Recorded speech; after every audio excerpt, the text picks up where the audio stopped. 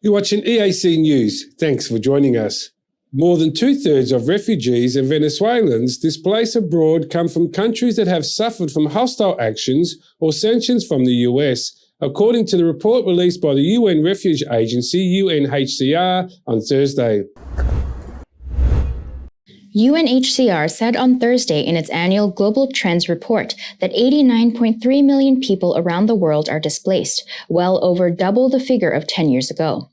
More than two-thirds, or 69%, of refugees and Venezuelans displaced abroad come from just 5 countries: Syria, 6.8 million, Venezuela, 4.6 million, Afghanistan, 2.7 million, South Sudan, 2.4 million, and Myanmar, 1.2 million. To varying degrees, these countries have suffered from U.S. and Western military intervention or unilateral sanctions, which have caused or aggravated the plight of refugees around the world.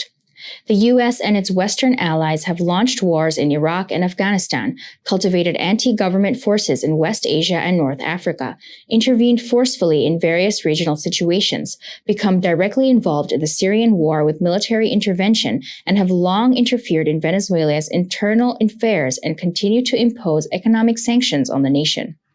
Critics point out the hypocrisy of Western nations talking about humanitarian issues, all the while their actions cause social unrest, economic deterioration, and mass impoverishment in many countries, directly adding to the global refugee crisis. Even though they are at the root of many of the world's major refugee crises, the U.S. and Western countries are failing to fulfill their basic commitments to alleviating the plight of people displaced by their own actions and policies, critics say. According to the UNHCR's projected global resettlement needs of 2022, nearly 90% of the world's refugees are hosted in developing countries, not developed Western countries. The United States policy on refugees has become a highly charged partisan political issue and not a humanitarian issue at all, say critics, with migrants from many countries in Central and South America in peril at the U.S. border, where they have reportedly been subjected to inhuman treatment by U.S. officials. According to the U.S. Customs and Border Protection, law enforcement authorities have arrested over 200,000 migrants at the U.S.-Mexico border for 2 consecutive months since March. Data shows that in 2021, U.S. law enforcement officials apprehended an estimated 1.7 million migrants,